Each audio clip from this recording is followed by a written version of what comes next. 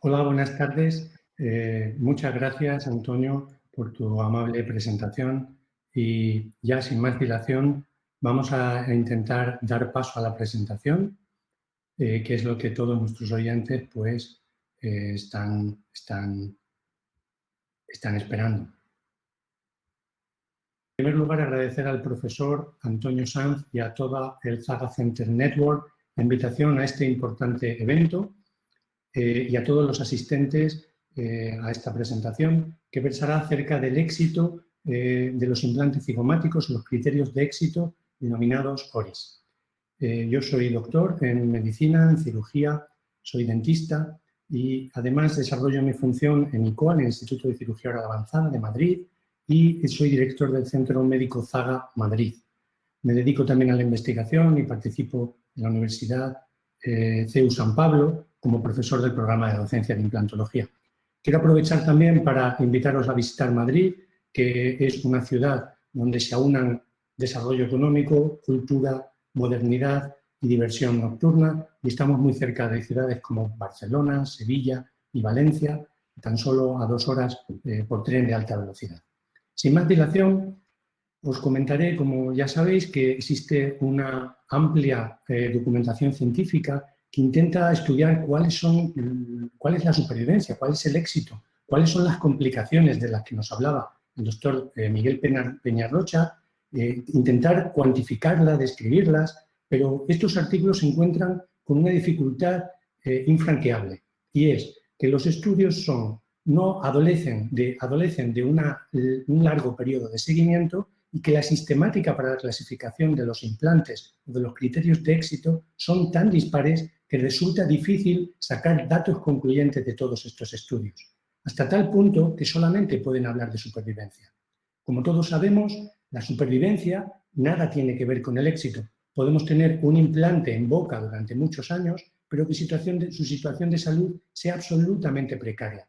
Sabemos que la supervivencia de los implantes a 12 años, los implantes cigomáticos, es superior al 95%, pero todavía desconocemos en qué situación de salud se encuentran la mayoría de esos implantes. Ya es difícil, ya es un reto establecer unos criterios de éxito para implantes convencionales. El doctor Albrechtson en 1986 sentó las bases para definir los criterios de éxito en implantología convencional que han sido mantenidos y utilizados durante más de 20 años. Él se basaba en que el implante tiene que estar inmóvil, debe haber una ausencia de radiolucidez perimplantaria, debe haber una ausencia de dolor, infección o de iatrogenia causada por el implante, y que después de un año en función, la pérdida de hueso marginal crestal debe ser inferior a menos de 0,2 milímetros al año. En cuanto a los índices periodontales para evaluar los implantes convencionales, a raíz de un gran artículo que publicó el doctor Pierluigi Colli en el 2016, ha surgido un gran debate acerca de su utilidad diagnóstica en la práctica clínica habitual. Si esto sucede en la implantología convencional, imaginaros en un implante cigomático que por diversas razones anatómicas puede estar colocado en un trayecto completamente intrasinusal, como en el caso de los tipo 0 Zaga, o en un completo trayecto absolutamente extramaxilar, como en el tipo 4. En la primera situación, en el tipo 0, la cabeza del implante está de forma natural completamente rodeada de hueso.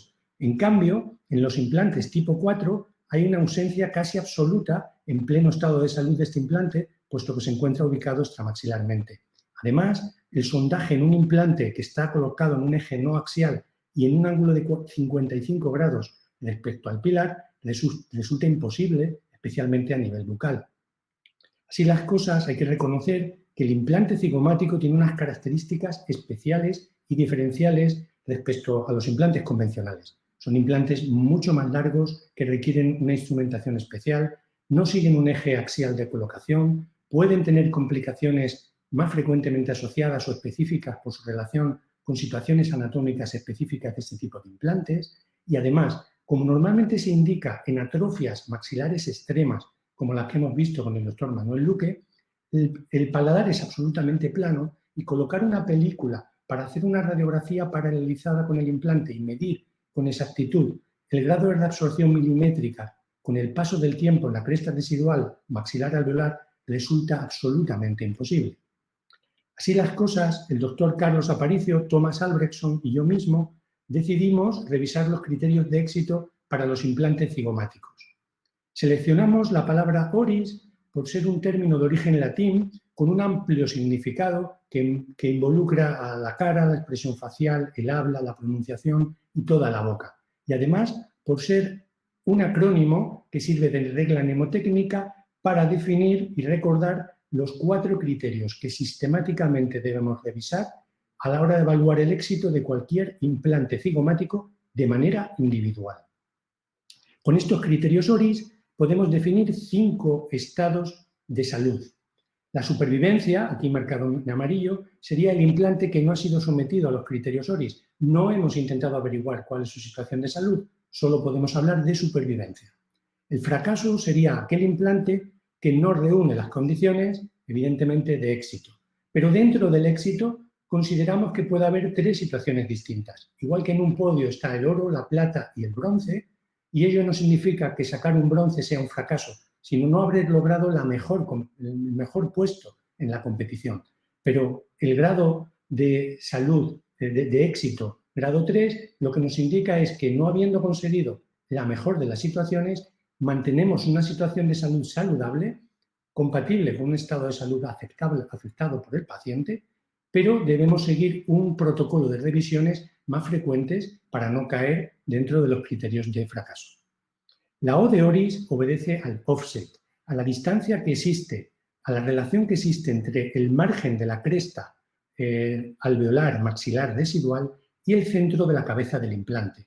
Si medimos desde el plano sagital los milímetros hasta la cresta residual alveolar maxilar y desde este mismo plano sagital hasta el centro de la cabeza y hacemos las sustracciones de estas distancias, si nos sale negativo, significa que la ubicación de la cabeza del implante es bucal respecto a la posición de la cresta maxilar, como vemos en esta imagen. En la otra imagen, en la imagen de la derecha, lo que podemos observar es que la sustracción resulta positiva, porque la ubicación de la cabeza está en una ubicación bucal respecto a la cresta marginal del maxilar atrófico. Consideramos que hay un fracaso cuando la desviación de la cabeza del implante respecto a la cresta maxilar es excesiva, bien hacia paladar, más de 1,5 centímetros, o bien hacia bucal, más de 5 milímetros. En el caso de una desviación palatina excesiva, nos vamos a encontrar con que el paciente tiene dificultad en la fonación, dificultad para pronunciar, dificultad para la higiene y puede tener irritación en el paladar por déficit de la higiene. Si por el contrario nos vamos excesivamente hacia una posición muy bucalizada, ello va a ser incompatible con el mantenimiento de un estado de salud gingival perfecto, porque la compresión del implante, especialmente si está roscado, va a provocar una dehiscencia, una migración apical de esos tejidos que va a ser difícil que preservemos. El criterio de éxito va a estar más próximo de 1 a 1, cuanto más consigamos aproximar la cabeza de este implante al margen crestal residual, porque ello nos garantizará una mejor relación prótesis-implante y una emergencia de la restauración mucho más favorable. La segunda letra de la palabra ORIS hace referencia a la rinosinusitis, a la situación sinusal que presenta después de haber colocado nuestro implante cigomático.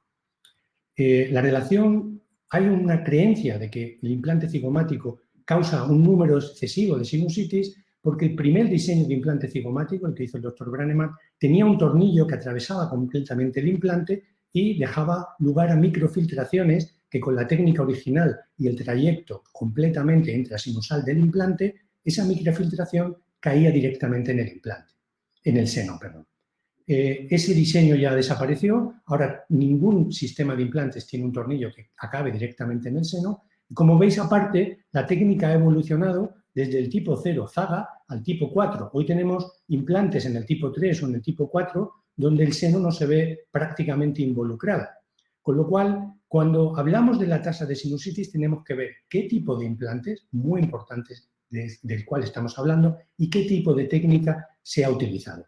Evidentemente, cuando revisamos el seno, lo que todos queremos encontrar es un seno completamente radiolúcido. Sin embargo, esto virtualmente casi nunca sucede, porque inmediatamente al posoperatorio el seno suele estar ocupado de restos serohemáticos en la cirugía inmediatamente posterior. Y esto sucede incluso utilizando una técnica mínimamente invasiva como la que propone la filosofía Zaga, donde ni siquiera abrimos ventanas sinusales. Y sin embargo veis en este TAC cómo hay una ocupación parcial del seno por esos restos serohemáticos.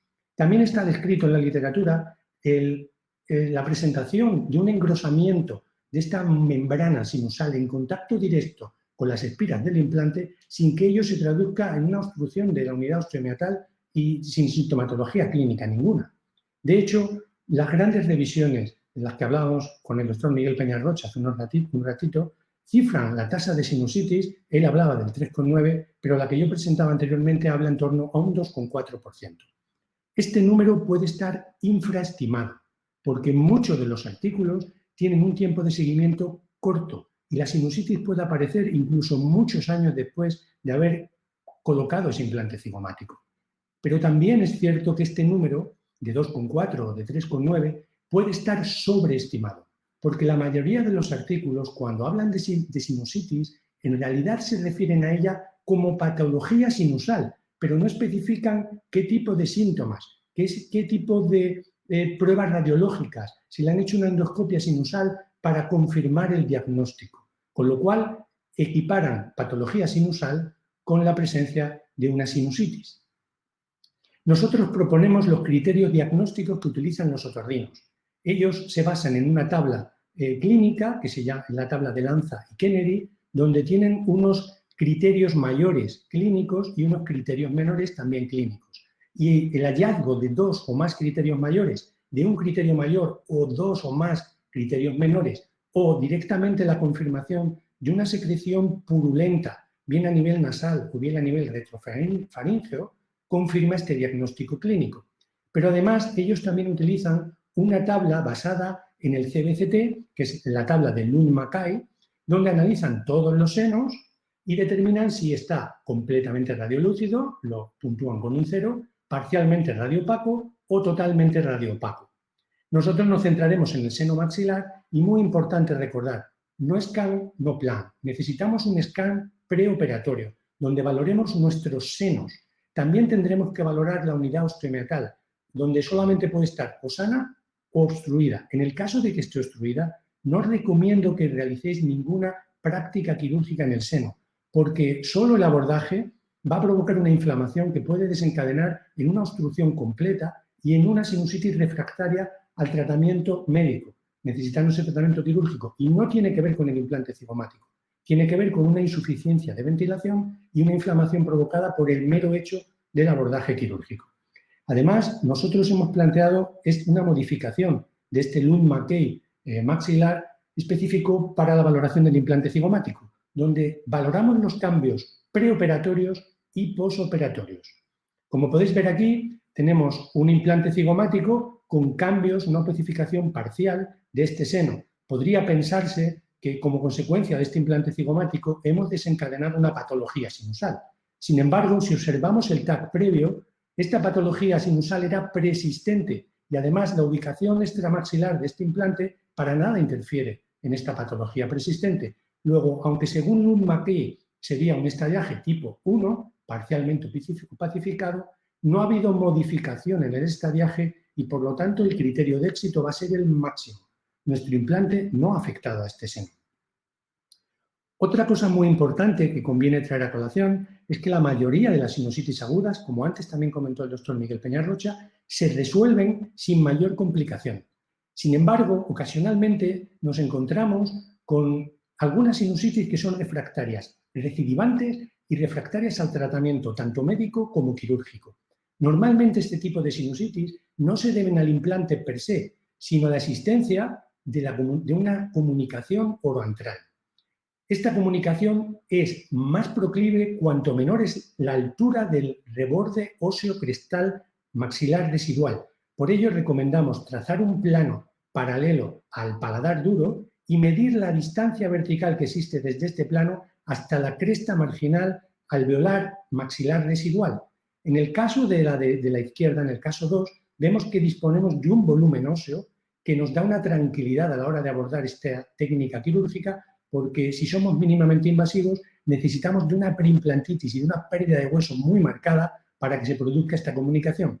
En cambio, en el otro lado es un tratamiento que somete al cirujano a un reto mucho mayor. Debemos ser mínimamente invasivos, preservar al máximo este milímetro de hueso crestal residual y alejar lo máximo posible la cabeza de nuestro implante, teniendo en cuenta que cualquier mínima pérdida ósea nos va a suponer una entrada en el seno.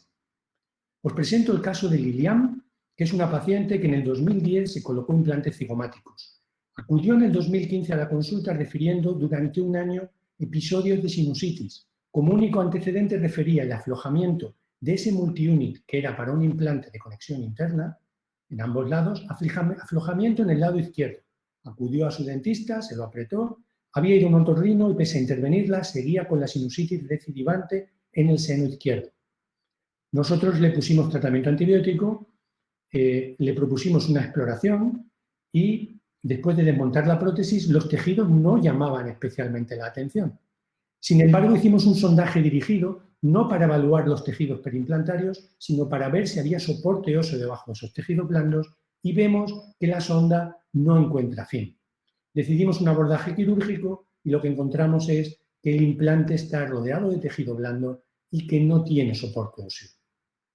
Esta es la situación final y os quiero también presentar cómo quedó el implante el día de la cirugía porque guardábamos los archivos. Había un puente óseo suficiente y muy distinto al que nos encontramos 5 años después con una comunicación oroantral como consecuencia de esta perimplantitis que le causaba una sinusitis refractaria al tratamiento médico, quirúrgico y recidivante. Por lo tanto, a la hora de evaluar el éxito en cuanto a la patología sinusal de nuestros implantes, consideraremos que el paciente está en un éxito grado 1 cuando no hay cambio radiológico y no hay sintomatología.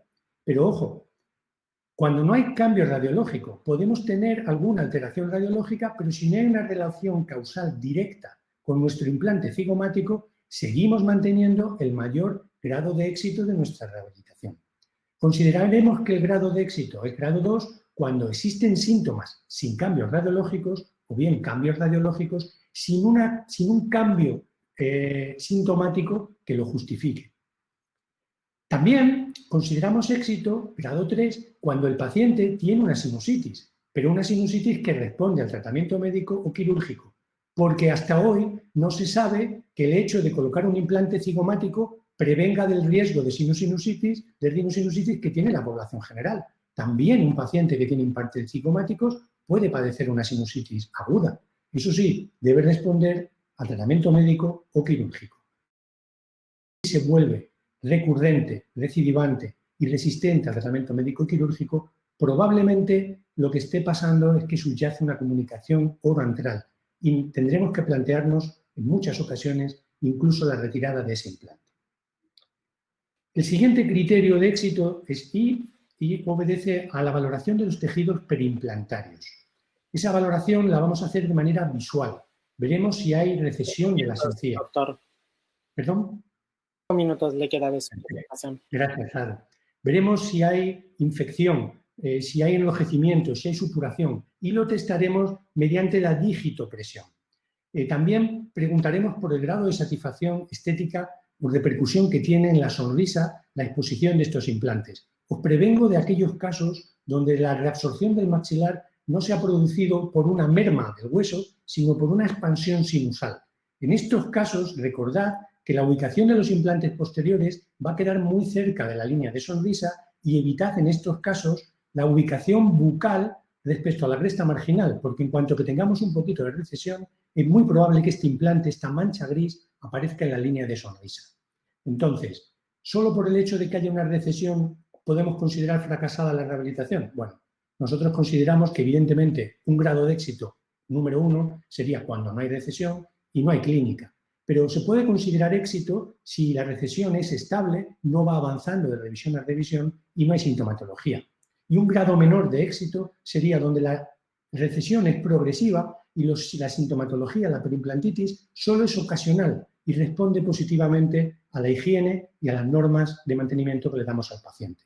Sería un fracaso cuando la recesión no es controlada clínicamente o aparece ese implante gris en la línea de sonrisa y el paciente no acepta el resultado de nuestra rehabilitación. Por último, y como no, para que el éxito del tratamiento sea completo, hay una nueva línea referente a la recesión que consiste en quitar las espiras a los implantes, los nuevos diseños de los implantes y el nuevo implante plano, del que ahora nos hablará el doctor Aparicio, para no presionar en exceso los tejidos blandos. Y en cuanto a materiales, existe un interés emergente por desarrollar recubrimientos o implantes cerámicos que son mucho más amistosos en cuanto al attachment gingival y en cuanto a la inhibición de la formación de placa bacteriana en nuestros implantes. El último criterio, evidentemente, es la estabilidad. No queremos que nuestros implantes bailen. Sin embargo, como comentaba antes el doctor Peñarrocha, en el implante cigomático, que debe ser testado individualmente, se admite cierta movilidad. Cierta movilidad porque existe un movimiento de balanceo, un bending movement debido a la gran longitud que tiene el implante y a que actualmente en la técnica extramaxilar gran parte del implante queda sin anclaje óseo. Con lo cual consideraremos éxito siempre y cuando no haya movilidad, no haya dolor, o si hay movilidad sea un bending movement, un movimiento de balanceo, no rotacional, no asociado a dolor y no en el sentido axial. En caso contrario, tendremos que sospechar una pérdida de la osintegración del implante y valorar la explantación. Os resumo en esta tabla todos los criterios de éxito recogidos en el artículo que se ha publicado recientemente por el doctor Carlos Aparicio, Albrechtson y yo mismo, y os agradezco mucho vuestra atención desde el Zaga Center Madrid. Muchísimas gracias.